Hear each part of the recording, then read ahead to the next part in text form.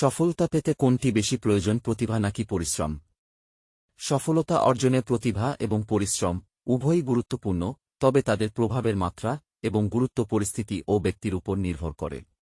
আসুন দেখি কিভাবে প্রতিভা ও পরিশ্রম একে অপরকে সম্পূরক করে এবং কোনটি কখন বেশি গুরুত্ব পেতে পারে। পরিশ্রমের গুরুত্ব।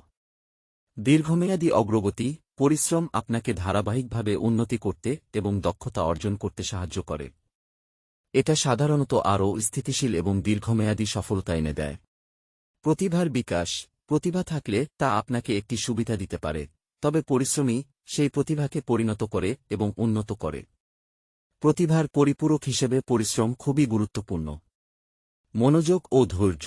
পরিশ্রম আপনার মধ্যে ধৈর্য, অধ্যবসায় এবং নিবদ্ধ মনোভাব করে তোলে। এই গুণাবলী সফলতার জন্য অপরিহার্য। চ্যালেঞ্জ মোকাবিলা। কঠিন পরিস্থিতি এবং চ্যালেঞ্জ মোকাবিলা করার জন্য পরিশ্রম অপরিহার্য।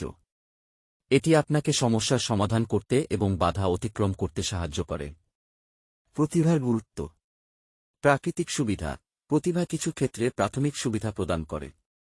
উদাহরণস্বরূপ, একজন প্রাকৃতিক গায়ক বা গীতিকার তার প্রতিভার কারণে দ্রুত জনপ্রিয়তা অর্জন করতে পারে। আগ্রহ ও উদ্দীপনা। প্রতিভা সাধারণত আপনাকে আপনার কাজের প্রতি গভীর আগ্রহ এবং উদ্দীপনা প্রদান করে, যা আপনাকে আরও ভালোভাবে কাজ করতে প্রেরণা দেয়। প্রারম্ভিক সুবিধা। কিছু ক্ষেত্র যেমন সৃষ্টিশীল শিল্প, সঙ্গীত এবং খেলাধুলায় প্রতিভা একটি গুরুত্বপূর্ণ ভূমিকা পালন করে এবং দ্রুত সাফল্য এনে দিতে পারে। উপসংহার। সাধারণভাবে পরিশ্রম দীর্ঘমেয়াদী সফলতার জন্য অপরিহার্য, কারণ এটি আপনাকে ধৈর্য ও সংকল্পের সাথে কাজ চালিয়ে যেতে সাহায্য করে এবং আপনাকে আপনার প্রতিভার সর্বোচ্চ ব্যবহার করতে সক্ষম করে। প্রতিভা একটি গুরুত্বপূর্ণ উপাদান হলেও তা যদি পরিশ্রমের সাথে সংযুক্ত না থাকে, তবে সফলতা অর্জন কঠিন হতে পারে। তাই সফলতা অর্জনে পরিশ্রম ও প্রতিভা দুইয়েরই সঠিক সমন্বয় গুরুত্বপূর্ণ।